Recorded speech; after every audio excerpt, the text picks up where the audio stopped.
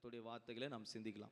எரேமியாவின் புஸ்தகம் 8ஆம் அதிகாரம் 7ஆம் வசனத்தை நாம் வாசிக்க கேட்போம். எரேமியாவின் புஸ்தகம் 8ஆம் அதிகாரம் 7ஆம் வசனம். ஆகாயத்தில் உள்ள நாரை முதலாய் தன் வேலையை அறியும் காட்டு புறாவும் கொக்கும் தகைவேலான் குருவியும்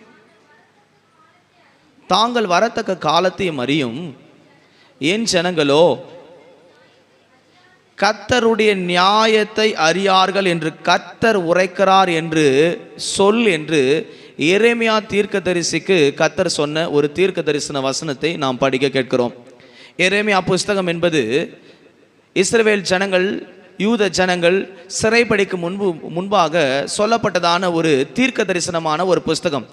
எரேமியா யூத ஜனங்கள் சிறைப்பிடிக்கும் முன்பாக, சிறைப்பிடிக்கிறதின் காலத்தில் வாழ்ந்த ஒரு தீர்க்கதரிசி. யூத ஜனங்களை பாபிலோன் அரசாங்கத்தினால் சிறைப்பிடிக்கும் முன்பாகவும் சிறைப்பிடித்த காலங்களிலும் இருந்து ஜனங்களை தீர்க்க தரிசனம் சொல்லி சிறைப்பிடிப்புக்குள் போகக்கூடாது, அந்த ஜனங்கள் செய்த பாவங்கள் என்ன என்பதை உணர்த்தும்படிக்கு அழைக்கப்பட்ட ஒரு தீர்க்கதரிசி தான் இந்த எரேமியா தீர்க்கதரிசி. வாசித்ததான இந்த 8ஆம் பகுதி இயேசு கிறிஸ்துனுடைய வருகையை அடையாளமாக கொண்டு நாம் சிந்திக்கலாம். 8ஆம் வசனத்தினுடைய 1ஆம் பகுதி 2ஆம் வசனத்தில் வாசிக்கும் போது இப்போது தேசத்திலே நடந்து கொண்டிருக்கிறதான காரியங்களை நாம் பார்க்கிறோம். தேசத்தில் பிரேதங்களும் எலும்புகளும் எலும்பு கூடுகளும் இரத்த சிதலங்களுமாக யுத்தங்கள் நடந்து பிணங்கள் பிரேதங்கள் அங்கே கூடியிருக்கிறது. எங்கே பார்த்தாலும் யுத்தங்கள் நடந்து கொண்டிருக்கிறது. எசேக்கியேல் 38 எந்த ராஜ்யம் எந்த ராஜ்யத்துக்கு விரோதமாக யுத்தம் பண்ணும் என்று நாம் ஏற்கனவே வேதத்தில் படித்திருக்கிறோம், அறிந்திருக்கிறோம். அப்படி தான் இன்றைக்கி நாட்களில் யுத்தம் நடந்து கொண்டிருக்கிற ஒரு கடைசி நேரத்துக்கு நாம் தள்ளப்பட்டிருக்கிறோம். பிரியமானவர்களே, இன்று இரவில் கர்த்தர் வரலாம், நாளை தினத்தில் வரலாம். ஆனால் அவருடைய வருகை மிக சமயமாக இருக்கிறது. காலம் தள்ளிக்கொண்டே இருக்கிறதுக்கு ஒரு காரணம் இருக்கிறது. சுவிசேஷம் எங்கும் அறிவிக்கப்படும் காலம் வந்தால் ஒழிய அவர் வரப்போகிறது இல்லை. இந்த வசனத்தை வாசிக்கும் போது 7ஆம் வசனத்தில் தீர்க்கதரிசியாக ஏசியாக்கு ஆண்டவர் சொல்லி யூத ஜனக்கு சொல்லுகிறார், ஆகாயத்து நாரை தன் காலத்தை அறியும். நாரை பாருங்க, இங்கே சில பறவைகளை குறித்து சொல்லப்பட்டுகிறது. ஆகாயத்தில் இருக்கும் நாரைகள் அது தன் வேலையை, காலத்தை, நேரத்தை அறியும். இன்னைக்கு நமக்கு ஒரு நேரத்தை, ஒரு காலத்தை வச்சிருக்கிறார். இயேசு கிறிஸ்து வரப்போறார்ன்ற நேரத்தை, இயேசு கிறிஸ்து வரப்போறார்ன்ற காலத்தை நம்மில் பலருக்கு புரிந்து கொள்ள முடியல. இன்னும் கூட சபைகள் என்ன எதிர்பார்க்குறாங்கன்னா, ஆசீர்வாதம், சமாதானம், சுகம், விடுதலை, இதெல்லாம் தேவை. ஆனால் ஜனங்கள் சமாதானத்தை மாற்ற எதிர்பார்த்துருக்கிறாங்க. இன்னைக்கு சமாதான பூமியில் இல்லை, சமாதானம் எடுக்கப்பட்டிருக்கிறது. எங்கும் சஞ்சலங்களும் தவிப்பும் கவலைகளும் போராட்டமான ஒரு சூழ்நிலையை நாம் உலகம் முழுவதும் பார்க்கிறோம். இதே அதிகாரத்தில் வாசிக்கும் போது சமாதானம் இல்லாதிருந்தும் அவர்கள் சமாதானம் என்று மேற்பூசாக பூசுகிறாங்க. இன்னைக்கு உலகத்தில் சமாதானம் மோட்டிவேஷன் ஸ்பீக்கராக சபைகள் மாறி போயிருக்குது. வருகை குறித்ததான, அந்த நேரத்தை குறித்ததான, காலத்தை குறித்ததான காரியங்களை ஜனங்கள் அறிந்து கொள்ளாமலே இருக்கிறாங்க.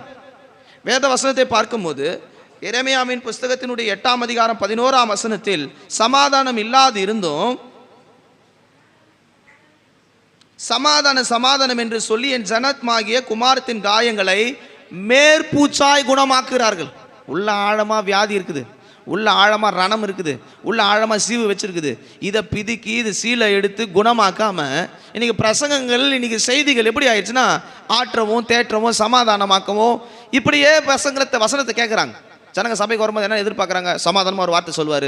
ஆண்டவர் சமாதானமாக வார்த்தை தரமாட்டார்னு இல்லை, சமாதானமாக செய்தி தரமாட்டார்னு இல்லை. ஆனால் இந்த காலம், இந்த நேரம் என்னவென்பதை நாம் அறிந்திருக்கணும்.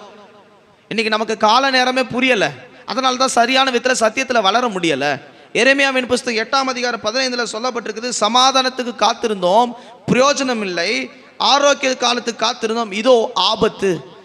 இன்றைக்கி நமக்கு சமாதானத்துக்கு காத்திருக்கிறோம், ஆரோக்கியத்துக்கு காத்திருக்கிறோம், சுகம் உண்டாயிடும், இதை சாப்பிட்டா சுகம் வந்துடும், அதை சாப்பிட்டா சுகம் வந்துடும், இப்படி உயிரை காப்பாற்றிக்கலாம், இப்படி ஜீவனை மறைச்சிக்கலாம். இப்படி எல்லாம் உலக ஜனங்கள் தங்களுடைய சரீரத்துக்காக, இம்மைக்காக, உலகத்துக்காக தங்கள் வாழ்நாட்களை நகர்த்தி கொண்டு போய்கிட்டே இருக்கிறாங்க. ஆனால் அவங்க முடிவு அப்படி இருக்காது. இது கர்த்தர் வருகையின் காலம், சீக்கிரமாய் அவர் வரப்போகிறார். நாம் பரலோகத்துக்கு போக வேண்டுமானால் அந்த நாளையும் அந்த காலத்தையும் அந்த நேரத்தையும் அறிந்திருக்கணும். இன்றைக்கி சரியாக கர்த்தருடைய நேரத்தை, காலத்தை நிறைய பேர் புரிஞ்சுக்க முடியல.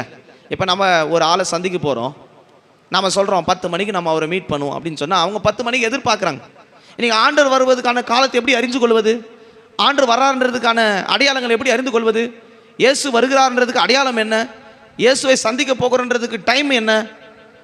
10 மணிக்கு வருவாரா, 11 மணிக்கு வருவாரா, இல்லை 12 மணிக்கு வருவாரா? எப்படி அறிந்துக்கலாம்? அதுதான் இந்த வசனம் சொல்லுகிறது, ஆகாயத்து நாரை தன் வேலையை அறியும், கொக்கும் காட்டு புறாவும்.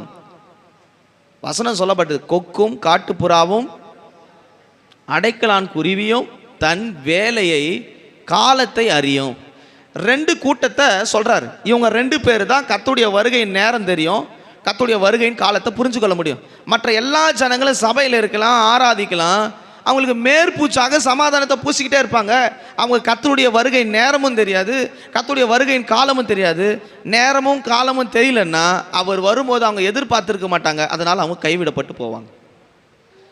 இன்னைக்கு ஒரு மனுஷன் நம்மளை பார்க்க வராங்கன்னா நம்ம எதிர்பார்த்து காத்து திறந்திருந்தால் தான் உள்ளே வர முடியும். வசனம் சொல்லப்படுகிறது, இதோ வாசற்படியில் நின்று கதவை தட்டுகிறேன், நான் அவனோடு பிரவேசிக்கும்படி விரும்புகிறேன், நான் தட்டுறேன், ஒருவன் என் சத்தத்தை கேட்டு திறப்பானால் நான் அவனோடு கூட போஜனம் பண்ணுவேன் என்று கர்த்தர் சொல்கிறார். ஆண்டவருடைய வருகை நேரத்தை காலத்தை அறியாமல் இருந்தால் அந்த சபை, அந்த ஜனம் கைவிடப்பட்டு போகும். ஒவ்வொருத்துக்கும் ஒவ்வொரு காலம் இருக்குது. முதல்ல மனசாட்சியின் காலம். தேவன் மனசாட்சியின் காலத்தில் முற்பிதாக்களாகிய ஆபிரகாம் ஈசாக்கிய நாட்களில் மனசாட்சியில் பேசிக்கிட்டு வந்தார்.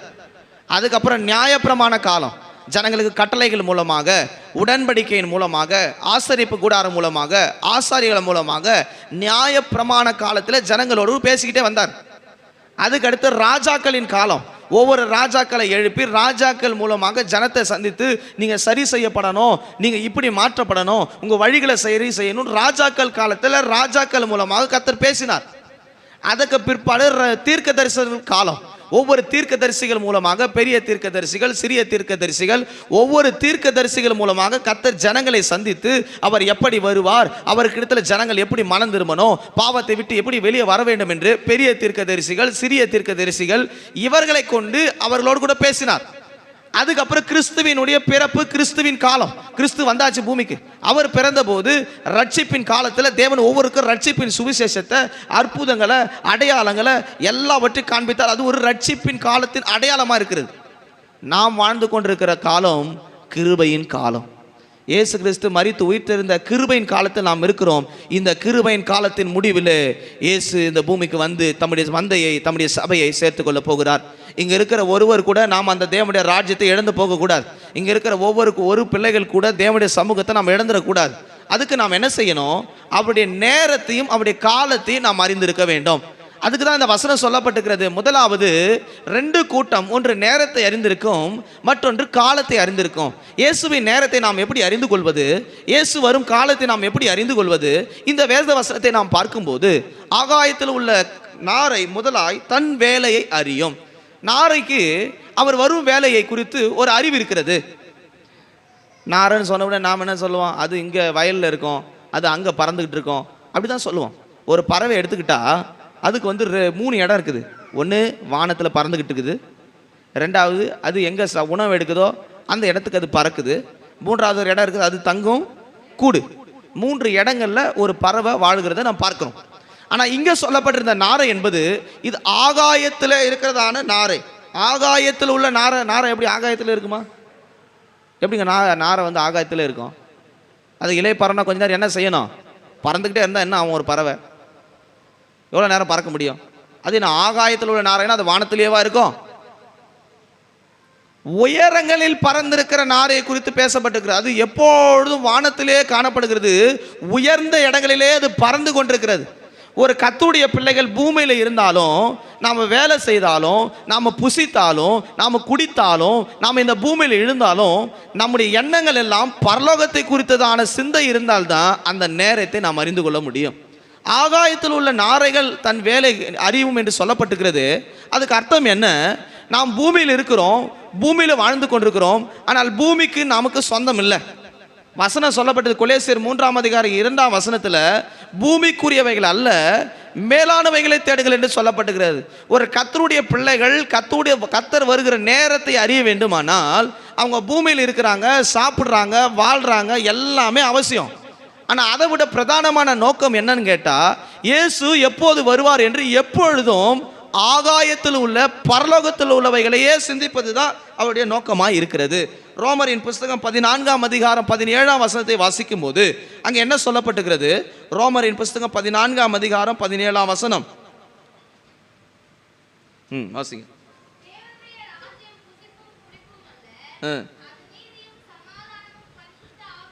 தேவனுடைய ராஜ்யம் என்பது புசிப்பும் குடிப்பும் தேவனுடைய ராஜ்யம் அல்ல. அப்ப நான் சாப்பிடக்கூடாதா? ஃபாஸ்டிங்ல இருந்து சாகணுமா? அப்படி இல்லை. சாப்பாடு அவசியம், வீடு அவசியம், வேலை அவசியம். ஆனால் இந்த நாரை எங்கே பறந்து கொண்டிருக்கிறது? எப்பொழுதும் உயரமான ஆகாயத்திலே பறந்துக்கிட்டே இருக்குது. அது எண்ணம் எல்லாம் பூமியில் இருந்தாலும் அது மைண்ட் எல்லாம் எங்கே இருக்குதுன்னா, நான் பரலோகம் எப்படி போவேன், அந்த ராஜ்யத்தை எப்படி பிடிப்பேன், அந்த ராஜ்யத்தை போகிறதுக்கு என்ன வழி, எல்லாம் நம்ம அனுபவிக்கலாம். ஆனால் எல்லாமே நமக்கு தகுதியாயிராது. 1 கொரிந்தியர் 6ஆம் அதிகாரத்திலும் 1 கொரிந்தியர் 10ஆம் அதிகாரத்திலும் இந்த வசனங்கள் சொல்லப்பட்டுகிறது. இந்த பூமியில் நீங்கள் செல்போன், விபச்சாரம், வேசித்தனம், குடி, போதை, வஸ்து எல்லாமே அனுபவிக்கலாம். ஆனால் எல்லாமே ஒரு கர்த்தருடைய பிள்ளைகளுக்கு தகுதியாயிராது. பூமியில் இருக்கலாம், ஆனால் பூமிக்குரியவர்கள் நாம் அல்ல. நம்முடைய கூடாரமாகி இந்த சரீரத்தை விட்டு இந்த தேகம் ஒரு நாள் அவரோடு கூட போய் சேருவதற்கு ஆயத்தமாக இருக்க வேண்டிய சபை, மணவாட்டின் சபை தான் நாம். அப்போ அந்த நேரம் நமக்கு அறியணும்னா பூமியில் இருக்கிறோம், பூமிக்கு உரியவர்களாக நாம் மாறக்கூடாது. உலகம் என்ன சொல்லுது? கொஞ்ச கால வாழ்க்கை, சந்தோஷமாக அனுபவி. என்ன அனுபவி? எல்லாம் எங்கே போன பிறகு யார் பார்க்க போகிறா? நீ போய் பார்த்தியா பரலோகம்? நீ பார்த்த? தப்பு செய்யல போய் நம்ம சொல்கிறோம், எப்பா தப்பு செய்யாத, ஏசாமி வரப்போற, நீ பார்த்தியா பரலோகம்? நீ போய் பார்த்த? அவங்க கேள்வி எப்படி இருக்குது? வசனம் பாருங்க. 1 கொரிந்தியர் 6ஆம் அதிகாரத்தை வாசிக்கும் போது எல்லாவற்றையும் நமக்கு அனுபவிக்கிறதுக்கு என்ன இருக்குது? அதிகாரம் இருக்குது. ஆனால் ஒன்றும் நமக்கு தகுதியாயிராது. 6:12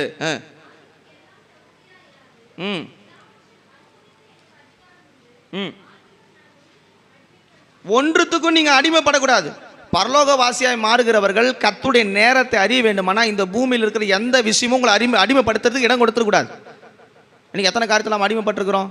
செல்போன் அடிமை, சினிமா அடிமை, ஆபாச அடிமை, உலகத்தில் இருக்கிற கெட்ட பழக்கங்களுக்கு அடிமை. இதுக்கெல்லாம் அடிமைப்பட்டுட்டு உட்காந்தா கர்த்தருடைய நேரம் தெரியாது. பிசாசு அதிலே உங்கள் நேரத்தை கொண்டு போவான். செல்போனே பார்த்துக்கிட்டு, உலகத்தையே பார்த்துட்டு, தண்ணி அடி, இங்கே சுற்று அங்கே சுற்று, இதிலேயே நேரம் பார்த்து பார்த்து பார்த்து பார்த்து கடைசியில் ஆண்டர் வரும்போது நான் ரட்சிக்கப்பட்டிருக்கிறேன், சபைக்கு போயிருக்கிறேன், ஞானஸ்தானம் எடுத்துருக்கிறேன், இது தெரியும் அது தெரியும், அபிஷேகம் இது அதுன்னு எல்லாம் சொல்லுவோம். வரும்போது அவர் ஒரே வார்த்தை சொல்லுவார், நான் உன்னை. ஒரே வார்த்தை தான். நாம் தேவ சமூகத்தில் போக வேணுங்க. அதுக்கு தான் இவ்வளோ கஷ்டப்பட்டு நம்ம நேரம் காலங்களை செலவழித்து ஆராதிக்க வந்திருக்கிறோம். அவருடைய ராஜ்யம் வந்து புசிப்பும் குடிப்பும் தேவனுடைய ராஜ்யம் அல்ல. அங்கே போகணும்னா ஆகாயத்தில் உள்ள நாரைகளாக இருக்கணும். பூமியில் இருந்தாலும் நம்ம சிந்தையெல்லாம் இயேசு எப்போது வருவார், அந்த ராஜ்யத்தை போற்றி என் ஜீவத்தை எப்படி பாதுகாக்கணும், நான் இன்னும் என்ன செய்யணுன்ற சிந்தை இருக்கணும். பிலிப்பியர் புஸ்தகம் 3ஆம் அதிகாரம் 19ஆம் வசனத்தை வாசிக்கும் போது 3, 18, 19 வசனங்களை வாசிக்கும் போது, நேரம் இல்லை வேகமாக வாசிங்க. பிலிப்பியர் 3, 18, 19. அநேகர் வேறு விதமாய் நடக்கிறார்கள், அவர்கள் கிறிஸ்துவின் சிலுவைக்கு பகைஞர் என்று உங்களுக்கு அநேக தரம் சொன்னேன், இப்பொழுதும் கண்ணீரோடு சொல்கிறேன். அவர்கள் முடிவு அழிவு, அவருடைய தேவன் வயிறு, அவருடைய மகிமை அவருடைய லட்சையே. அவர்கள் பூமிக்கடுத்தவைகளையே சிந்திக்கிறார்கள். சபையில் இருந்து கொண்டே அநேகர் வேறு விதமாய் நடக்கிறார்கள். எப்படி நடக்கிறாங்களா? அது என்ன வேறு விதம்னா என்ன? பூமிக்கு ஒத்த வேஷமாக நடப்பது. உலகத்துக்கு ஒத்த வேஷத்தை தெரியாதிருங்கள். அவருடைய தேவன் வயிறு, அவருடைய முடிவு அழிவு. சாப்பாடு சாப்பாடு சாப்பாடு, ட்ரெஸ்ஸு, உலகம், தேவை, பணம், பொருள், இதையே சிந்திக்கிறாங்களே தவிர ஒரு கர்த்தருடைய பிள்ளைகள் வருகையில் போக வேண்டுமானால் அவங்களுடைய சிந்தை எது பேரில் இருக்கணும்னா, ஆண்டவரே நீ எப்போது வருவீர், அந்த நேரத்தை பார்த்துக்கிட்டே இருக்கணும். இப்போ 8 மணிக்கு ட்ரெயின் பிடிக்கணும்னா நம்ம என்ன செய்வோம்? டைம் பார்த்து உட்காந்துருக்கோம். 8 மணி எப்போ ஆகும், 8 மணி எப்போ ஆகும், ட்ரெயினுக்கு போகணுமே. ட்ரெயின் போயிடுச்சு என்ன செய்ய முடியாது திரும்ப? ஏன்னா 8 மணி ட்ரெயினுக்கு நீங்கள் 9 மணிக்கு போனால் என்ன நடக்கும்? ட்ரெயினும் போயிடும், வாங்கின டிக்கெட்டும் போயிடும், அங்கேயே தான் நிற்கணும். ரட்சிப்பு நீங்கள் வாங்கி வச்சுருக்கலாம், அபிஷேகத்தை வாங்கி வச்சுருக்கலாம், நீங்கள் எல்லாத்தையும் வாங்கி வச்சுருக்கலாம் டிக்கெட்டு. ஆனால் ட்ரெயின் போயிட்ட பிறகு டிக்கெட்டை வச்சு பிரயோஜனம் இல்லை. சொல்கிற விளங்குதா உங்களுக்கு? அபிஷேகம் வாங்கி வச்சுக்கலாம், ரட்சிப்பு வாங்கி வச்சுக்கலாம், 66 புஸ்தகத்தை தலைகீழாக படிக்கலாம், எல்லாம் செய்யலாம். இது டிக்கெட்டு தான், இது ஜஸ்ட் விசா பாஸ்போர்ட் தான். ஃப்ளைட்டு கிளம்பிட்ட பிறகு இதெல்லாம் வச்சு பிரயோஜனம் இல்லை. ஃப்ளைட்டு வரும்போது சரியான நேரத்தில் அது டேக் ஆஃப் ஆகிற நேரத்தில் நீங்கள் அங்கே போய் நின்னா தான் நீங்கள் அதுக்குள்ளே போக முடியும். ரட்சிப்பு என்பது நமக்கு ஒரு டிக்கெட்டு, அபிஷேகம் என்பது ஒரு வழியின் டிக்கெட்டு, நீங்கள் எடுக்கிற சரீரம் ரத்தம் என்பது நித்திய ஜீவனுக்கு போவதுக்கு ஒரு டிக்கெட்டு, ஒரு வாசல். ஆனால் அங்கே போகணும்னா அந்த நேரம் காலத்தை நீங்கள் அறிந்து ஜீவிக்கணும். வசனம் சொல்லப்பட்டுகிறது, அவர்கள் பூமிக்கு அடுத்தவைகளையே சிந்திக்கிறார்கள். எப்போ பாரு பூமி பூமி பூமி, சாப்பாடு, வீடு, குடும்பம், உலகம், உலகத்தில் உள்ள நண்பர்கள், உலக காரியம் இப்படியே உலகத்துக்கு போகிறதுனால அவங்களுக்கு கர்த்தருடைய நேரம் தெரியல. எந்த நேரம் தெரியுது? பூமிக்குரிய உலக நேரத்தை. ஒரு மனுஷன் உலகத்துக்குரியவர்களே சிந்திக்கிறான், உலக காரியத்தை பற்றியான எண்ணங்கள் அவருக்குள்ள வருதுன்னா அவங்க தேவனுடைய நேரத்தை அறியலை, உலக நேரத்தை அறிந்திருக்கிறாங்க. யோசிச்சு பாருங்க, கர்த்தருடைய நேரத்தை அறிஞ்சவங்க எப்படி இருப்பாங்கன்னா, 1 மணி நேரம் நான் காலையில் ஜெபிக்கணுமே, 1 மணி நேரம் இரவு ஜெபிக்கணுமே, இது கர்த்தருடைய நேரம், இது கர்த்தருடைய காலம். என்ன செய்வாங்க? உட்காந்து அமர்ந்து இது கர்த்தருடைய நேரம்னு சொல்லுவாங்க. நாம் என்ன சொல்கிறோம்? தள்ளிக்கிட்டே இரு. அந்த பேயை வேற கையில் கொடுத்துருக்குறாங்க, நேரம் போகிறதே தெரியல, அழகாக திருடுறான். யாருங்க? எல்லார் கையிலையும் பிசாசு இருக்குது, என் கையில் கூட இருக்குது பிசாசு. நாங்கள் மலை ஜபத்துக்கு போகும் அதான் சொல்லுவோம், இந்த பிசாசை வச்சுக்கிட்டு ரொம்ப போராட்டமாக இருக்குது. ஜபிக்கிற நேரத்தில் தான் எல்லாம் வரும், மற்ற நேரத்தில் என்ன பண்ணாது? வரவே வராது. அப்படிப்பட்ட அருமையான பிசாசு. ஆகாயத்தில் உள்ள நாரைகள் தன் நேரத்தை அது அறியுமா? தன் வேலையை அறியும். இங்கே வேலைன்னு இருக்குது. ஆங்கிலத்தில் ஆம்பிளிஃபைட் பைபிளில் அப்பாயிண்டட் டைம், குறிக்கப்பட்ட நேரத்தை அது அறிஞ்சிருக்குதான். நமக்கு குறிக்கப்பட்ட நேரம் என்ன தெரியுமா? இயேசு கிறிஸ்துவின் வருகையில் போகிறதுக்கு 2 காரியம் தான் நடக்கணும். ஒன்று, நாம் மரிச்சா போயிடுவோம், இல்லை அவர் வந்தால் நம்ம போயிடுவோம். இந்த 2 நேரத்தையும் ஒரு கர்த்தருடைய பிள்ளைகள் எப்போதும் தெரிஞ்சுக்கிட்டே இருக்கணும். இது இல்லாமல் இருந்தீங்கன்னா நீங்கள் கைவிடப்படுவீங்க, ஏமாந்து போயிடுவீங்க. எத்தனையோ பரிசுத்தவான்கள் சாக முன்பாக சொல்லுவாங்க, இத்தனை மணிக்கு நான் சாக போகிறேன், எல்லோரும் ரெடியாக வர சொல்லி குளிச்சு ரெடி பண்ணி வச்சுட்டு நான் போக போகிறேன். அப்படி எவ்வளோ பரிசுத்தவான்கள் போயிருக்கிறாங்க. இப்போ லாஸ்ட்டாக ஒரு 2 வாரத்துக்கு முன்னாடி கிருபாசனத்தில் எஸ்ஐ அன்புதாசன் ஒரு ஊழியக்காரர் பிரசங்க மேடையில் பிரசங்கம் பண்ணிகிட்டே இருந்திருக்கிறாரு. நான் போக போகிறேன்னு 2-3 நாள் முன்னாடி பிரசங்கம் பண்ணிவிட்டு கர்த்தருக்குள்ளே போயிருக்கிறார். உங்கள் மரணம் என் மரணம் அப்படி இருக்குமா? உங்கள் வாழ்க்கை என் வாழ்க்கை அப்படி முடியுமா? பரலோகத்தை குறித்து சிந்திக்கிறவங்க எண்ணம் எல்லாம் எப்போ பரலோகம் போவோம், அவங்க டைம் எல்லாம் எனக்கு குறிக்கப்பட்ட டைம் எப்போ வந்துக்கிட்டே இருக்கும், ஏசு எப்போ வருவார், இல்லை எனக்கு எப்போ முடியும், நான் எப்போ போவேன், இதையே யோசிப்பாங்க. நாம் அதை யோசிக்கிறது இல்லை. சபை எப்போ முடியும், ஊரை எங்கே போய் சுற்றலாம், கறி கடைக்காரன் மூடிட்டானா எங்கே போய் கறி வாங்குறது, இந்த ஆள் விட்டா என்ன செய்யறது, இதையே தான் டைம் யோசிச்சுட்டு உக்காந்துருக்கும். நான் சொல்லுவேன், கர்த்தருடைய வருகையில் போகணுன்னா நீங்கள் நினைக்கிற மாதிரி அது பெரும்பாதை அல்ல, இடுக்கும் நெருக்கமான ஒரு வாசல். அதை கண்டுபிடிக்கிறவர்கள் சிலர் தான். அதனால் தேவ ராஜ்யத்தை நீங்கள் ரொம்ப அசால்ட்டாக எப்படி வேணால் பூமியில் வாழ்ந்துட்டு எடுத்துகிட்டு போயிடுவான்னு நினைக்காதீங்க. அப்படி போகிறதுக்கான வழி வாய்ப்பே இல்லை. பரலோக ராஜ்யம் போக தெரிந்தவர்கள், நேரம் காலத்தை கர்த்தருக்கு அறிந்தவர்கள். அது என்ன? ஆகாயத்து நாரைகள். நாரையை குறித்து வேதம் என்ன சொல்லப்பட்டுகிறது? சங்கீதம் 102 சங்கீதம் 6 வசனத்தை வாசிக்கும் போது இந்த நாரையை குறித்து அங்கே வேதத்தில் வாசிக்கிறோம். வனாந்தரத்தில் இருக்கிறதான நாரைகள் என்று அங்கே எழுதப்பட்டுகிறது. வாசிங்க 102.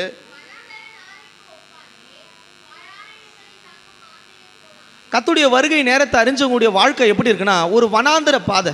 சகோதரர் சொன்னது போல ஒண்ணுமே இருக்காது. கர்த்தர் ஒரு மனிதனை அழைத்திருப்பானால் அந்த பாதை வனாந்தரமான பாதை, ஒன்றுமில்லாத பாதை, ஒரு தரிசனம் இல்லாத பாதை, ஒரு வெளிப்பாடு இல்லாத பாதை, குருட்டாட்டமான பாதை.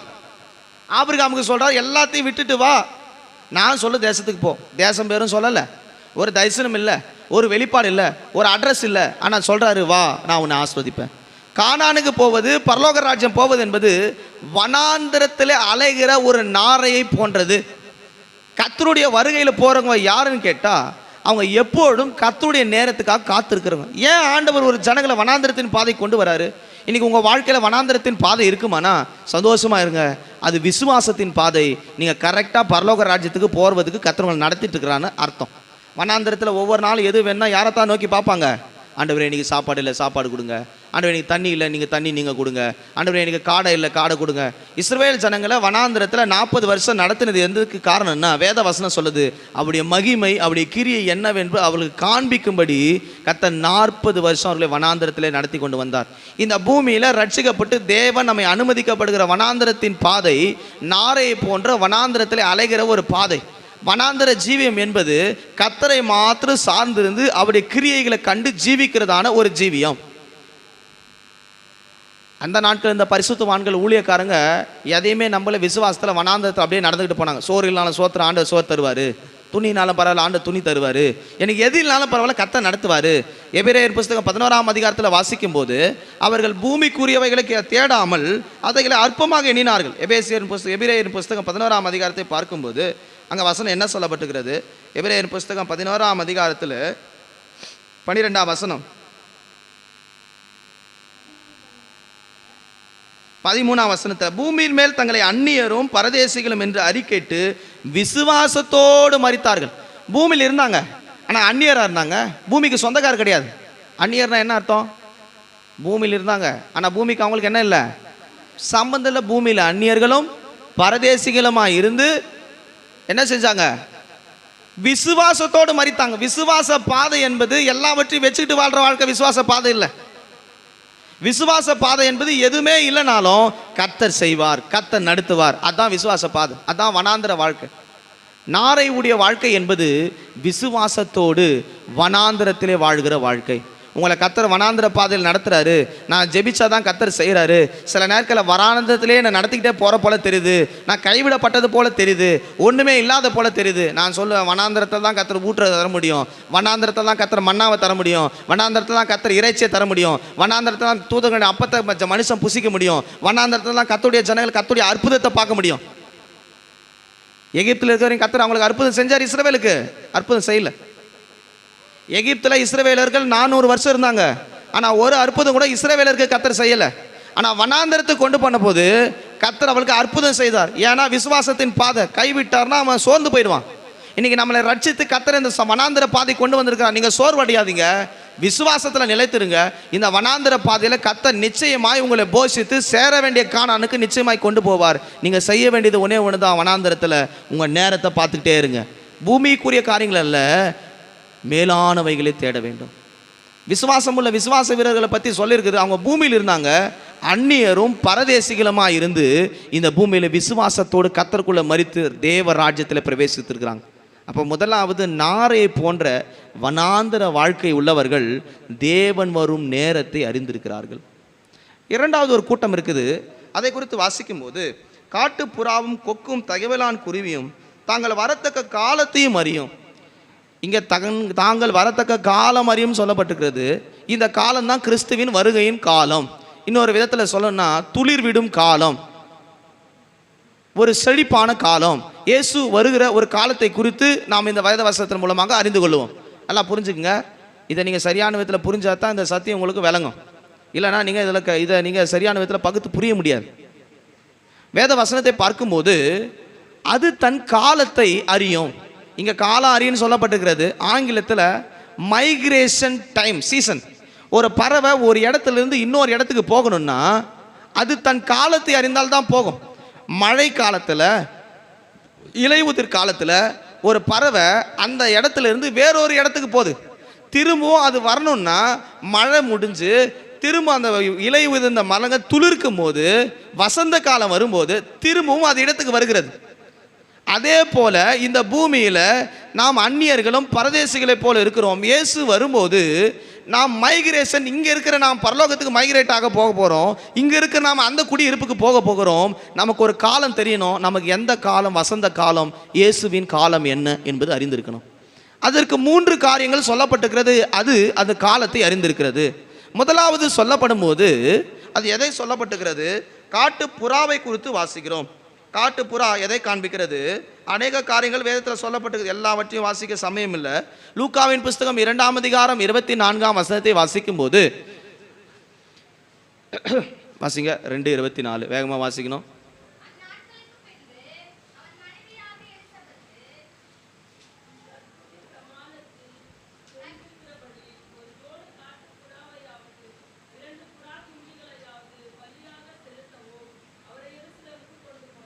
கர்த்தருடைய பரிசுத்த நாமத்திற்கு மகிமை உண்டாவதாக. புறாக்கள் என்பது பலியாக்கப்படுகிற ஜீவியம், கர்த்தருக்காக தியாகமாக அர்ப்பணிப்போடு இருக்கிற ஒரு ஜீவியம் உள்ளவர்கள் கர்த்தருடைய காலத்தை அறிந்தவர்கள். இன்னைக்கு பாருங்க, தியாகமாக ஒப்பு கொடுக்குறவங்க அநேகர் இல்லை. நீங்கள் வெளிப்படுத்தல் புஸ்தகத்தை, நீங்கள் இந்த வேத புஸ்தகத்தை பாருங்கள், புறாக்களை குறித்து வாசிக்கும் போது அது பலியாக்கப்படும்படியாக அது ஒப்பு கொடுக்கப்பட்டிருக்கிறது. புறாக்கள் பல அடையாளங்கள் வேதத்தில் சொன்னாலும், பரிசுத்தாவியானவருக்கு அடையாளங்களாக இருந்தாலும், ஆனால் வேத வசனத்தில் நாம் படித்த வசனங்களில் இங்கே சொல்லப்பட்டிருக்கிறது அது பலியாக்கப்பட வேண்டும். 8 நாளில் பிள்ளை பிறந்த போது சபையில் கொண்டு வந்து அந்த புறாவை பலி செலுத்தி பிள்ளையை பிரதிஷ்டை பண்ணுவாங்க. நாம் பிரதிஷ்டையாக்கப்படுகிற ஒரு ஜீவியம் பலியாக்கப்படுவதை காண்பிக்கிறது. பலின்னு சொன்னாலே நம்ம ஆளுங்களுக்கு அது புரியலை. பலின்னு சொன்னால் சாக்ரிஃபைஸ், தியாகம் தான் பலி. யார் தியாகம் பண்ண முடியும்? நமக்கெல்லாம் தியாகசீலன்னு சொன்னால் ஒரே ஆள் தான் தெரியும். யார்? அப்படியா? மகாத்மா, அவர் தான் தியாகம் பண்ணார், தேசத்தின் தந்தை. நீங்கள் என்ன தியாகம் பண்ணியிருக்கீங்க ஆண்டவருக்காக? கர்த்தருடைய வருகையின் காலம் உங்களுக்கு தெரியணும்னா கர்த்தருக்காக ஏதாவது தியாகம் பண்ணியிருக்கணும், சாக்ரிஃபைஸ் பண்ணியிருக்கணும், பலியாக்கப்படணும். பலியாக்கப்பட்ட பரிசுத்தவான்கள் தான் அவரோடு கூட சேர முடியும். லேவியராமத்தின் புஸ்தகம் 12ஆம் அதிகாரம் 15ஆம் அதிகாரத்தில் புறாக்களை எப்படி பலியிடுவது என்று எழுதப்பட்டிருக்கிறது. அப்போ நாம் ஒரு பலி உள்ள ஜீவி இருக்கணும். ஆதியாமத்தின் புஸ்தகம் 15ஆம் அதிகாரம் 9ஆம் வசனத்தை வாசிக்கும் போது ஆண்டவர் சொல்றாரு, ஆபிரகாம் பலி கொடுத்தான், தேவ சமூகத்தில் புறாக்களை பலி கொடுத்தான் என்ற வேதத்தில் வாசிக்கிறோம். பலி ஜீவியம் என்பது தியாகமாக அர்ப்பணிக்கிற ஒரு வாழ்க்கை. ஆண்டவருக்காக நான் என்ன செய்ய வேண்டும், என்ன காரியத்தை ஆண்டவருக்கு செய்தால் நான் பரலோகத்துக்கு போக முடியும், அவர் என்னிலே என்ன எதிர்பார்க்கிறார், இந்த அர்ப்பணிப்பும் இந்த தியாகம் தான் ஆண்டவர் வரும் காலத்தை பார்த்துக்கிட்டே இருக்கும். ஒருத்தர் கர்த்தருக்காக அர்ப்பணிக்கிறாங்க, தங்கள் ஜீவியத்தை கர்த்தருக்காக நஷ்டமும் குப்பையுமா எண்ணுகிற ஒரு கிருபை உள்ள ஒரு கர்த்தருடைய பிள்ளைகள் இருப்பாங்கன்னா அவங்களுக்கு தான் கர்த்தர் வருகிற காலம் தெரியும். இன்றைக்கி நிறைய பேருக்கு அர்ப்பணிப்பு தியாகம் இல்லை. என் குடும்பம், என் பிள்ளைங்க, என் குடும்பம், என் சபை எல்லாம் என்னதுன்னு இருக்கிறதுனால, சுயமாக இருக்கிறதுனால கர்த்தர் வரும் காலத்தை அவளுக்கு அறிய முடியாது. அவங்க எண்ணமெல்லாம் குடும்பம், பிள்ளைகள் இதிலே இருக்குது. நான் சொல்லுவேன், நீங்கள் கர்த்தருக்காக ஏதாவது விட்டால் தான் கர்த்தருடைய பரலோக ராஜ்யத்தில் கணக்கு சேர்க்கப்படும். எல்லாம் எனக்குன்னு சேர்த்து வைக்கிறவனுக்கு பரலோகத்தில் ஒரு கணக்கும் இருக்காது. வசனம் சொல்லப்பட்டிருக்குது, பவுல் சொல்கிறான், நான் இயேசு கிறிஸ்துக்காக எல்லாவற்றையும் நஷ்டமும் குப்பையும் தூசியமாக எண்ணுகிறேன். நீங்கள் ஆண்டருக்காக என்ன தியாகம் பண்ணீங்க? 2 hours சபைக்கு வரதே பெரிய தியாகம் தான்யா. அப்படி சொல்கிறீங்களா? 2 hours சபையில் வந்து உட்காரதே பெரிய தியாகம். நான் பண்ண சாக்ரிஃபைஸில் பெரிய சாக்ரிஃபைஸ் அதுதான். எனக்கு எவ்வளோ ஷெட்யூல்ஸ் டைம் இருக்குது, ஆனால் நான் வந்து உட்காந்துருக்கேனே, அப்படி சொல்கிறீங்களா? உங்கள் மூலமாக கர்த்தர் சொல்லணும், இவங்க எனக்காக அர்ப்பணிக்கப்பட்டவர்கள். சீசரில் குறித்து ஆண்டவர் சொன்னார், எல்லாவற்றையும் விட்டு வந்தோமே. என்ன விட்டாங்க? நமக்கு எல்லாருக்கும் தெரியும், மார்க் 10 இருக்குது. எல்லாவற்றையும் விட்டு வந்தோமே, என்னையா கிடைக்கும்? ஆண்டவர் சொன்னார், இம்மையிலும் மறுமையிலும் 100 பலன் உனக்கு கிடைக்கும். கர்த்தருக்காக ஒரு மனிதன் அர்ப்பணித்து தியாகம் செய்வானானால், பலியாக தன் வாழ்க்கையை ஒப்பு கொடுப்பானானால், அவனுக்கு இம்மையிலும் ஆசீர்வாதம் உண்டு, மறுமையிலும் ஆசீர்வாதம் உண்டு. அப்போ புறாக்கள் என்பது அர்ப்பணிப்பை காண்பிக்கிறது, பலியாக்கப்படுவதை காண்பிக்கிறது. இன்னைக்கு ஆண்டவருடைய சமூகத்தில் உங்களை பலியாக ஒப்பு கொடுங்க. ஒருவன் கிறிஸ்துவை பின்பற்றணும்னா ஒரே அடையாளம் தான், தன்னைத்தானே வெறுத்து தன் சிலுவை எடுத்துக்கொண்டு என்னை பின்பற்றி. அதுக்கு அர்த்தம் தன்னை முற்றிலுமாக தியாகமாக சிலுவைக்கு ஒப்பு கொடுப்பு. நீங்கள் ஆண்டு சமத்தில் அர்ப்பணித்து, நான் ஒன்றும் இல்லை ஆண்டவரே, இது வரைக்கும் உமக்காக நான் எந்த தியாகத்தையும் செய்யலை, என் நேரத்தை விட்டு கொடுக்கல, என் பணத்தை கொடுக்கல, என் வேலையை விடலை, எல்லாமே எனக்கு நான் வச்சுக்கிட்டேன், உங்களுடைய காலம் எனக்கு தெரியல ஆண்டவரே, இனி உமக்காக நான் வாழ்வேன். ஒரு வாழ்க்கை கொடுத்துருக்கிறீங்க, அது உமக்காக வாழ எனக்கு கிருபை தாங்க. அதுதான் அர்ப்பணிப்பு, தியாகம். தாய் தகப்பன் சொல்கிறாங்க, இந்த பிள்ளைகளை வளர்க்க நான் எவ்வளோ தியாகம் பண்ணியிருக்குன்னு தெரியுமா? எனக்கு இல்லைனா கூட அதுக்கு நான் சோறை போட்டிருக்கிறேன், எனக்கு ட்ரெஸ்லாம் கூட அவனுக்கு நல்ல ட்ரெஸ் வாங்கி கொடுத்துருக்குறேன். நல்ல தியாகம் ஒரு தாய் தகப்பன் தன் பிள்ளைகளுக்கு செய்வதை போல கர்த்தருக்காக நாமும் கூட தியாகம் செய்யணும். அந்த நாட்களில் மிஷினரிமார்கள்லாம் வந்தாங்களே, எப்படி தியாகம் பண்ணாங்கன்னா, அங்கே ப்ரெட்டும் வாழைப்பழமும் சாப்பிட்டுட்டு பணத்தை சேர்த்து வச்சு இங்கே ஊழியம் பண்ணாங்க. இப்போ அப்படி இல்லை, இங்கே பிரியாணி, கறி, முட்டை, மீன் எல்லாம் சாப்பிட்டுட்டு அது தியாகசீல மாதிரி வந்துக்கிட்டு நான் தியாகம் பண்ணுகிறேன். அது இல்லை தியாகம். ஏதாவது இழந்தால் தான் அவனுக்கு ஏதாவது ஒன்று கிடைக்கும். அப்போ முதலாவது பரலோக ராஜ்யத்தின் காலம் உங்களுக்கு அறியணும்னா அர்ப்பணிப்புள்ள ஒரு தியாகம் உள்ள ஒரு வாழ்க்கை வேண்டும். உன்னத பாட்டின் புஸ்தகத்தை வாசிக்கும் போது 2ஆம் அதிகாரம் 11, 12 வாசிக்கும் போது காட்டுப்புறாவை குறித்து என்ன சொல்லப்பட்டுகிறது? 2, 11, 12 நேரமில்ல, வேகமாக வாசிங்க.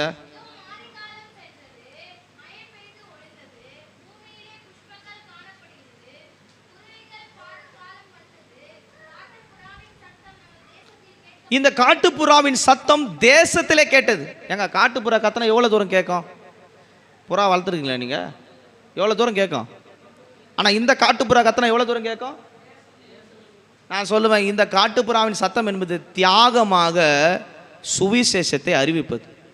கர்த்தருடைய காலத்தை அறிகிற காட்டுப்புறாக்கள் தேசங்களிலே கர்த்தருடைய சத்தத்தை அறிவிப்பார்கள். தங்களுடைய சத்தம் இல்லை, கர்த்தருடைய சத்தத்தை அறிவிப்பார்கள். அதனால தான் வசனத்தில் சொல்லப்பட்டுகிறது, கர்த்தருடைய வருகையின் முடிவு எப்போ இருக்கும்னா, சுவிசேஷம் உலகம் முழுவதும் அறிவிக்கப்பட்டால் ஒழிய அவருடைய வருகை வராது. மத்தேயு புஸ்தகத்தை வாசிக்கும் போது நாம் வாசித்த அந்த வசனத்துக்கு நம்முடைய கவனத்தை திருப்பலாம். 28ஆம் அதிகாரம் மத்தேயு புஸ்தகத்தில் வாசிக்கும் போது 19ஆம் வசனம் 20ஆம் வசனத்தை வாசிக்கும் போது, புறப்பட்டு போய் சகல ஜாதிகளையும் சீஷராக்கி, சகல ஜாதிகளையும் சீஷராக்கணும்னா சகல தேசத்துக்கு அவருடைய சத்தம் கேட்கப்படணும். சகல தேசத்துக்கு சத்தம் கேட்கப்படுகிற காட்டு புறாக்களாக கர்த்தர் இந்த சபையிலே தியாகமுள்ள, அர்ப்பணிப்புள்ள, பலி உள்ள, வாழ்க்கை உள்ள மந்தையை கர்த்தர் எதிர்பார்க்கிறார். உங்கள் சத்தம் உங்கள் வீட்டுக்கு கேட்கக்கூடாது, வீதியில் கேட்கக்கூடாது. இயேசு கிறிஸ்துவே சொல்லப்பட்ட அவருடைய சத்தத்தை வீதியில் கேட்க முடியாது. அவர் கூக்குரல் இடவும் மாட்டார். நம்ம ஆட்கள் கொலா சண்டை, இந்த சண்டை, அந்த சண்டை, குடும்ப சண்டை, பக்கத்தில் வீட்டு சொல்கிறான், ரட்சிக்கப்பட்டு பைபிள் எடுத்துகிட்டு போகுது, எப்போ பாரு சண்டை. இந்த சத்தத்தை கர்த்தர் எதிர்பார்க்கல. காட்டுப்புறாவுடைய சத்தம் தேசம் எங்கும் கேட்கணும். உங்கள் சத்தம், கர்த்தருடைய சுவிசேஷத்தின் சத்தம் தேசம் முழுவதும் கேட்கணும். அதுக்கு நீங்களும் நானும் தியாகமாக, அர்ப்பணிப்பாக காரணமாக இருக்கணும். அவங்க தான் கர்த்தர் வருகிற காலத்தை அறிந்து கொள்ள முடியும். அடுத்து கர்த்தர் வருகிற காலத்தை அறிந்து கொள்கிற யார்? வேத வசனத்தை வாசிக்கும் போது அங்கே கொக்கு என்று சொல்லப்பட்டுகிறது. இது எதை காண்பிக்கிறது? சங்கீதத்தின் புஸ்தகம் 104ஆம் சங்கீதம் 16, 17 வசனங்களை வாசிக்கும் போது, 104ஆம் சங்கீதம் 16, 17,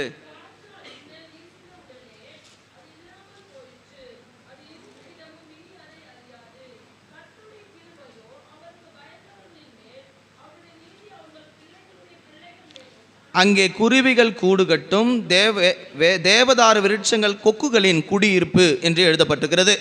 சங்கீதம் 104ஆம் சங்கீதம் 17ஆம் வசனத்தில் நாம் இப்படி படிக்க கேட்கிறோம். கொக்கு என்பது அது தேவதாரு விருட்சங்களில் தங்கி இருக்கிற ஒரு அனுபவத்தை காண்பிக்கிறது. இது என்ன அர்த்தம் காண்பிக்கிறது? தேவதாரு விருட்சங்களில் தங்கி இருக்கிற கொக்குகள் என்பது இது கர்த்தருடைய வேலையை அறிந்திருக்கிறதான கொக்குகள். இதனுடைய அர்த்தம் இது எப்போதும் தேவனை ஆராதிப்பதை காண்பிக்கிறது. வேத வசனத்தை வாசிக்கும் போது 2 சாமுவேல் 6ஆம் அதிகாரம் 5ஆம் வசனத்தில் தேவதாரு விருட்சத்தின் மரங்களை கொண்டு அவர்கள் கீத வாக்கியங்களை செய்ததாக அங்கே வாசிக்கிறோம். தேவதாரு மரங்கள் என்பது கர்த்தருடைய வேலைக்காக, கர்த்தரை ஆராதிப்பதற்காக பயன்படுத்தப்பட்டதான ஒரு விசேஷமான மரம். இந்த மரத்தில் தான் இந்த கொக்குகள் போய் உட்காருமாம். அப்ப கொக்குகள் என்பது தேவனுடைய காலத்தை அறிந்திருக்கிறவர்கள் என்பவர்கள், அவர்கள் எப்பொழுதும் தேவனை ஆராதித்து துதித்து கொண்டு தேவனோடு வாழ்கிற வாழ்க்கை. யோசிச்சு பாருங்க, 7 நாளில் இங்கே வந்திருக்க இந்த 2 மணி நேரம் தான் கர்த்தரை ஆராதிக்கிறோம். மற்ற 6 நாள் எங்கே ஆராதிக்கிறோம்னா, எங்கே ஆராதிக்கிறீங்க? குடும்ப ஜபம் இல்லை, பைபிள் ஸ்டடி இல்லை, உபாச கூட்டம் இல்லை, எந்த கூட்டமும் இல்லை. 7ஆம் நாள் மட்டும் என்ன நாள் ஆயிடுச்சு? பரிசுத்த ஓய்வு நாள், அன்னைக்கு மட்டும் தான் ஆராதனை. அப்படி இல்லை, எப்போதும் தேவனை ஆராதிக்கணும். நடந்தாலும் படுத்திருந்தாலும் எப்போ சிந்தித்தாலும் ஒரு கர்த்தருடைய பிள்ளைகள் தேவனை ஆராதித்து கொண்டே இருக்கு. கொக்கு தன் காலத்தை அறிவது என்பது அவங்க எப்போதும் ஆராதிச்சுட்டே இருக்கிறாங்க. ஆண்டவர் எப்போ வருவார், இங்கேயும் நாம் ஆராதிக்கணும், அங்கேயும் ஆராதிக்கணும். பரலோகத்தில் செய்யப்படுகிறது போல பரலோகத்தில் எப்படி செய்யப்படுது? 24 மணிக்கூறுகளும் அங்கே ஒரே ஆராதனை தான். சேனைகளின் கர்த்தர் பரிசுத்தர், பரிசுத்தர், பரிசுத்தர். அதுக்கு time gap, interval break, leave, 6 நாள் வேலை, அதெல்லாம் இல்லை.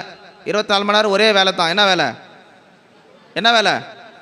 பரலோகத்தின் போகிற காலத்தை அறிகிறோடைய வேலை எப்போது கர்த்தர் வருவார் என்று ஆராதிக்கிறதை காண்பிக்கிறது. இரண்டாவது கொக்குகள் எதை காண்பிக்கிறது?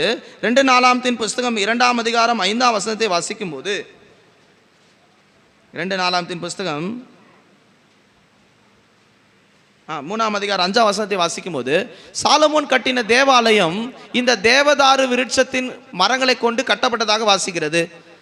அப்போ தேவதாரு விருட்சங்கள் ஒன்று ஆராதனை காண்பிக்கிறது, இரண்டாவது கர்த்தருக்குள் கட்டப்படுகிற ஆலயம். ஆலயம் சொன்னா நீங்களே தேவனுடைய ஆலயமாக இருக்கிறீர்கள். அப்ப நாம் ஆலயமாக கட்டி எழுப்பப்படணும். தேவதாரு விருட்சங்களில் தங்கி இருக்கிற இந்த கொக்குகள் என்பது நாம் தேவன் பார்வையில் ஆலயங்களாக இருக்கணும், ஆலயத்தில் தங்கி இருக்கணும். இன்றைக்கி தேவ சபையை தேடுறவங்க எத்தனை பேர்? இல்லை, ரொம்ப குறைவான ஆட்கள் தான் சபைக்கு வரும். தேவைகள் வந்தால் தான் வரும், பிரச்சனைகள் வந்தால் தான் வரும். ஆனால் உண்மையாக கர்த்தருடைய வருகைக்கு போகிறவங்க எப்போ ஆலயம் திறக்கப்படும்? இனி ஒரு காலம் வரப்போகுது, வசனம் கிடையாத பஞ்ச காலம் வரப்போகுது. இனி சபைகள் மூடப்படுற ஒரு காலம் வரப்போகுது. நான் சொல்லலை, தீர்க்க தரிசிகள் தீர்க்க தரிசனமாக சொல்லியிருக்கிறாங்க. இந்த காலத்திலே நாம் ரட்சிக்கப்படாமல் போனா, இந்த காலத்திலே கர்த்தரை தேடாமல் போனா, இனி ஒரு காலம் இல்லை நாம் கர்த்தரை சந்திக்க முடியாது. அறுப்பு காலம் முடிய போகிற ஒரு காலத்துக்கு நாம் வந்திருக்கிறோம். நீங்கள் வாசிக்கிற எரேமியா 8ஆம் அதிகாரத்தை திருப்பி பாருங்க. இந்த தீர்க்க தரிசன வசனத்தின் முடிவில் சொல்லப்பட்ட அறுப்பு காலம் முடிந்து விட்டது. 8ஆம் அதிகாரத்தினுடைய 20ஆம் வசனத்தை வாசிக்கும் போது 8:20 அறுப்பு காலம் சென்றது. பாருங்க, ஆண்டவர் வருகிற காலத்தில் அறுப்பு முடிய போது, நேரம் முடிய போது, காலம் முடிய போது. பிரியமானவரே, காலத்தை பிரயோஜனப்படுத்திக் கொள்ளுங்க. வசனம் சொல்லப்பட்டிருக்கிறது. அங்கே சொல்லப்பட்ட வசனத்தில் கொக்கு என்பது அது கர்த்தரை எப்போதும் ஆராதிக்கிறதை காண்பிக்கிறது. ரெண்டாவது, தேவனுக்கு பிரியமான ஆலயமாய் ஜீவிப்பதை காண்பிக்கிறது. இப்போ நிறைய வசனங்கள் இருக்குது, எல்லாத்தையும் சொல்ல சமயம் இல்லை, நேரம் முடிய போது. ஆலயத்தில் புறா வித்துக்கிட்டு இருந்தாங்க, காசுக்காரர் இருந்தாங்க. ஆண்டவர் சிலுவைக்கு போகும் முன்பாக சாட்டியை கொண்டு போய் ஆலயத்தை பரிசுத்தப்படுத்தினார். இன்னைக்கு கர்த்தருடைய வருகையில் போகிறவங்க யாருன்னா, தங்கள் ஆலயத்தை பரிசுத்தமாய் காத்து கொள்கிறவர்கள், எப்போதும் ஆலயத்தின் மேல் கவனமாக இருக்கிறவங்க. ஒன்று நீங்கள் ஆலயம், ரெண்டாவது கொடுக்கப்பட்டிருந்த காங்கிரிகேஷன் ஆகிய இந்த சுவரில் இருக்கிற அந்த ஆலயம். ரெண்டு ஆலயத்திலும் நீங்கள் மிக கவனமாக இருந்தால்தான் கர்த்தருடைய காலம் என்னன்னு உங்களுக்கு புரியும். ஏன்னா இங்கே தான் கர்த்தருடைய காரியத்தை, கர்த்தர் வருகிறதை பற்றி கர்த்தர் வெளிப்படுத்துவார். மற்ற எந்த இடத்துல நீங்கள் அந்த கர்த்தருடைய வெளிப்பாடை பார்க்க முடியாது. உலக பிரகாரமாக நண்பர்கிட்ட பேசினா சொல்லுவான், ஏசு வரப்போறாரு, இந்த டைமில் வருவார்ரா, நம்ம எல்லாம் போயிடலாம், அப்படியே சொல்லுவான். அவன்லாம் வரேன்னு சொல்லிக்கிறான், வா ஊரை சுற்ற போகலாம், சினிமாவுக்கு போகலாம், ஊரை சுற்றலாம். அவன் சொல்கிறதெல்லாம் எங்கே தான்? அவன் வர சொல்கிற இடம் எது? உலகம்தான். கர்த்தருடைய காலம் அறிய வேண்டுமானால் கொக்கை போல எப்பொழுதும் ஆராதித்து தேவ சமூகத்தில் இருக்கிறவர்கள் தான் கர்த்தருடைய காலத்தை அறிய முடியும். ஏன்னா கர்த்தரை ஆராதிக்கிறவர்களுக்கு கர்த்தர் தம்மை வெளிப்படுத்துகிறார். நான் செய்ய போகிறதை ஆபிரகாமுக்கு மறைப்பேனோ. ஆராதிகளும் தான் கர்த்தர் வெளிப்பாட்டுகளை தருவார். அவங்க காலத்தை அறியலாம். மூன்றாவது சொல்லப்பட்டுகிறது, அவர்கள் எப்பேற்பட்டவர்கள்? தகவிலான் குருவியும் தாங்கள் வரத்தக்க காலத்தை அறியும். நாம் மைக்ரேட் ஆகி அல்லது நாம் பறந்து போக வேண்டும், நமக்கு சொல்லப்பட்ட காலத்துக்கு போக வேண்டுமானால் இந்த பறவையை போல நாம் ஜீவிக்கணும். தகவலான குருவை குறித்து எங்கே வாசிக்கிறோம்? சங்கீதம் 84ஆம் சங்கீதம் 3ஆம் வசனத்தை வாசிக்கும் போது,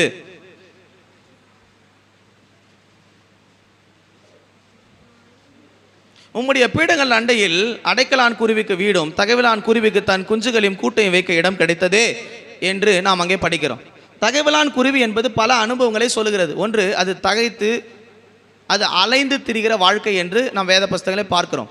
இந்த தகைவலான் குருவியும் அடைக்கலான் குருவியும் உம்முடைய பீடங்கள் அண்டையிலே அதுவும் அதனுடைய குஞ்சுகளும் தங்கும் இடம் கிடைத்தது. நீங்களும் உங்கள் பிள்ளைகளும் பீடங்கள் அண்டையில் இருக்கணும். ரெண்டு விதமான பீடங்களை குறித்து வேதத்தில் வாசிக்கிறோம். ஒன்று தூபபீடம், மற்றொன்று பலிபீடம். தூபபீடம் என்பது ஜபத்தை காண்பிக்கிறது.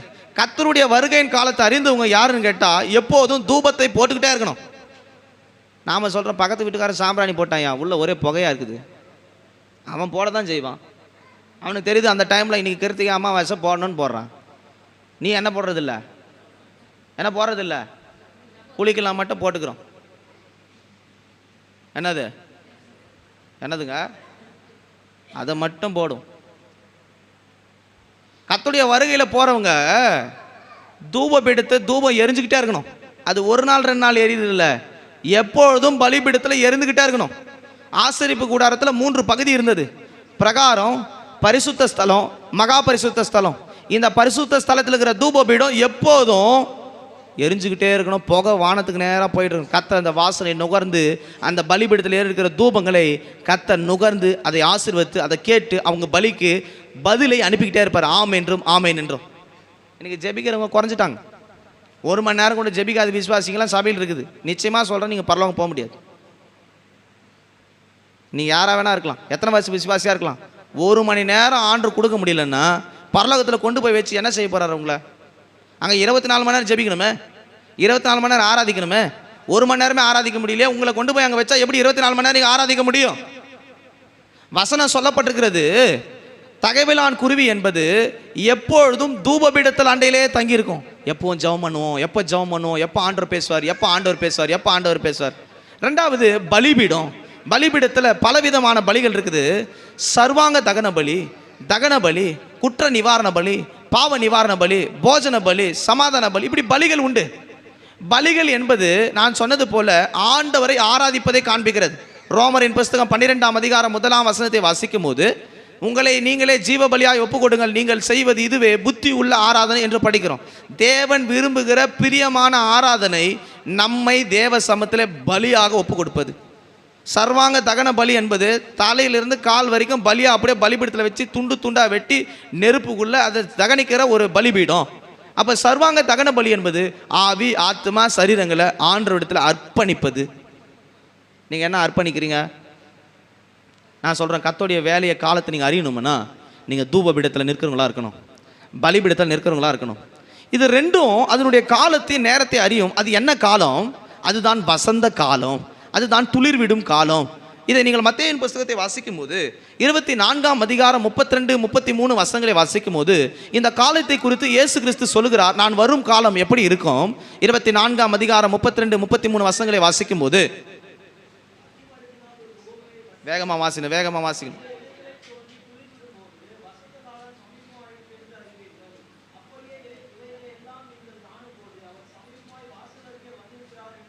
அவர் சமீபமாய் வாசல் அருகே வந்திருக்கிறார் என்று அறியுங்கள். இயேசு கிறிஸ்து வருகிறார் என்று சொல்லப்படும் காலம் அது வசந்த காலம். வசந்த காலம் எப்போ வரும்? இலையெல்லாம் உதிரணும், மரமெல்லாம் வெறுமையாகணும், அப்போ தான் அது உதிரும். அதனால தான் மத்தேயு 25 நீங்கள் வாசிக்கும் போது அடுத்த அதிகாரத்தில் சொல்லப்பட்டிருக்கு, யுத்தங்களும் யுத்தங்களின் செய்திகளையும் கேட்பீர்கள், கொள்ளை நோய்களை கேட்பீர்கள். இது எல்லாம் உதிரும் காலம், எல்லாம் இழக்கிற ஒரு காலம். ஆனால் அவர் வரும்போது மறுபடியும் துளிர் விடும், மறுபடியும் ஒரு எழுப்புதல் வரும், மறுபடியும் தேசத்தில் ஒரு சமாதானம் உண்டாகும். அந்த எழுப்புதல் வரும்போது தெரிஞ்சுக்கலாம் அவர் வரப்போகிறார். மத்தேயுவின் புஸ்தகம் 25ஆம் அதிகாரத்தில் அவர் வரும்போது என்னெல்லாம் நடக்கும் என்று சொல்லப்பட்டிருக்கிறது. இந்த வசந்த காலம் வரும் முன்பாக இலையுதிர் காலம்னு ஒரு காலம் இருக்கிறது. அதுதான் பஞ்ச காலம், கொள்ளை நோயின் காலம், இவைகளெல்லாம் நடைபெறும் காலம். மத்தேயுவின் புஸ்தகம் 25ஆம் அதிகாரத்தை பார்க்கும்போது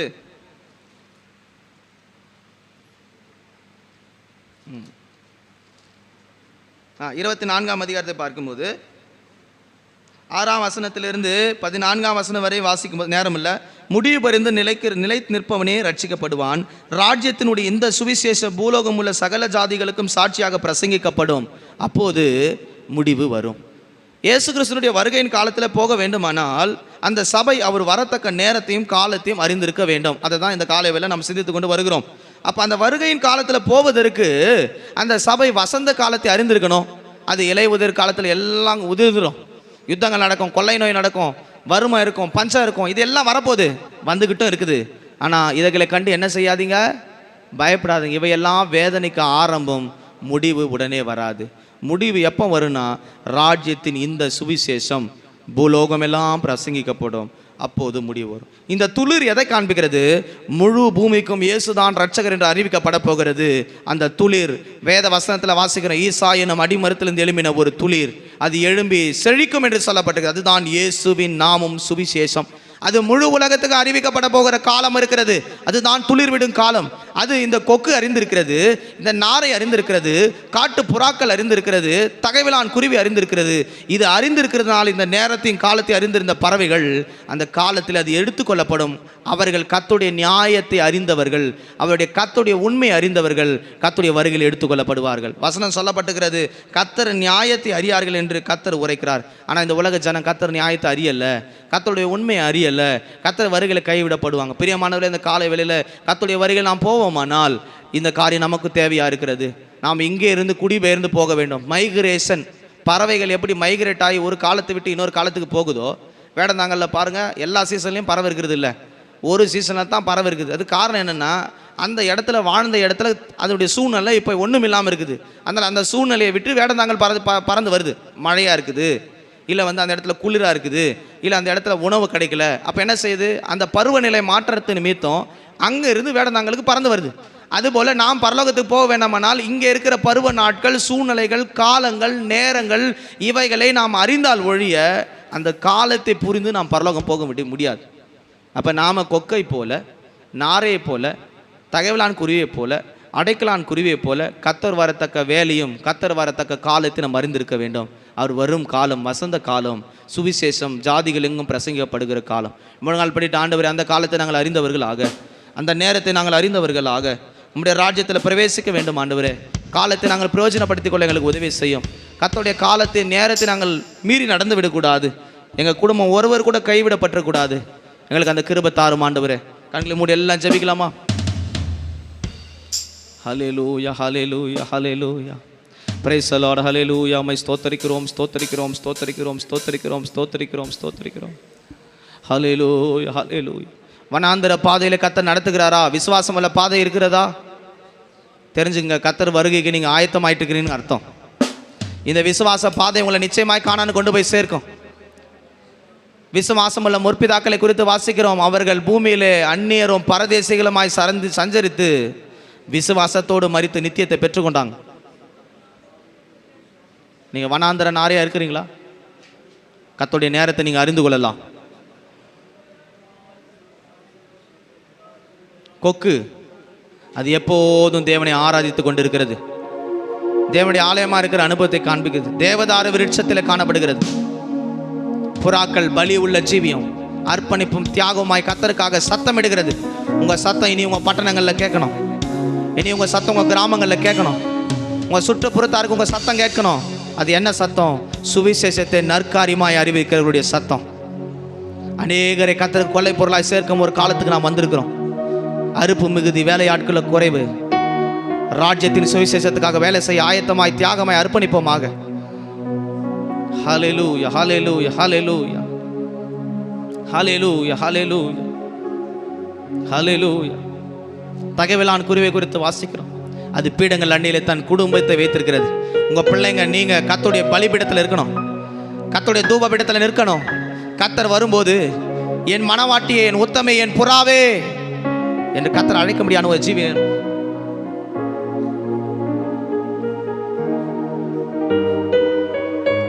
ஹல்லேலூயா ஹல்லேலூயா ஹல்லேலூயா.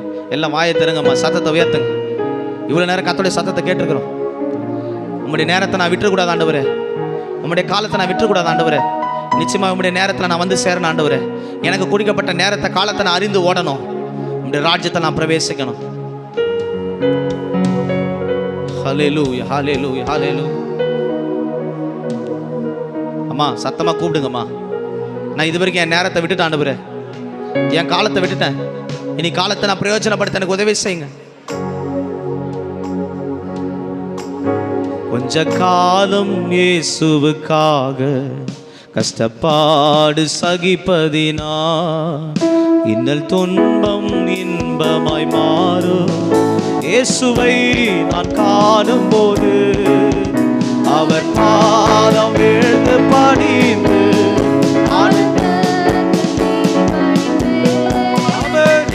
ஓட்டம் ஜெயத்துடன் முடியும். அந்த நாடை சுதந்தரிப்பேன்.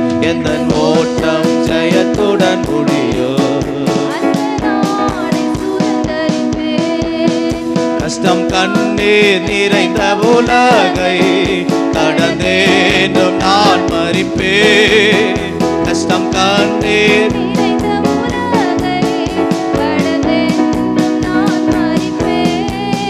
ஜீவ ஊற்றருகே என்னை நடத்தி செல்வார். இயேசு கண்ணீரை துடைத்திடுவார். ஜீவ ஊற்றருகே என்னை நடத்தி செல்வார். அவர் பாதம் வீழ்ந்து பணிந்து ஆனந்த கண்ணீர் வடிப்பேன். எந்த ஓட்டம் ஜெயத்துடன் முடியும்.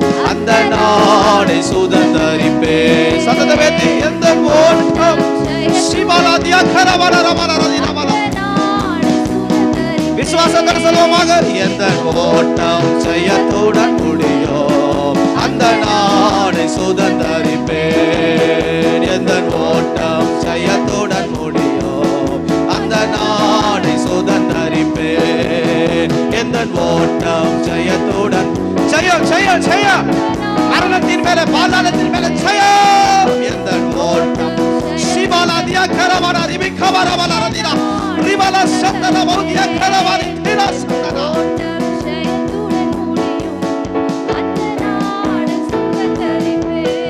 அவர் எந்த ஓட்டம் ஜெயத்துடன்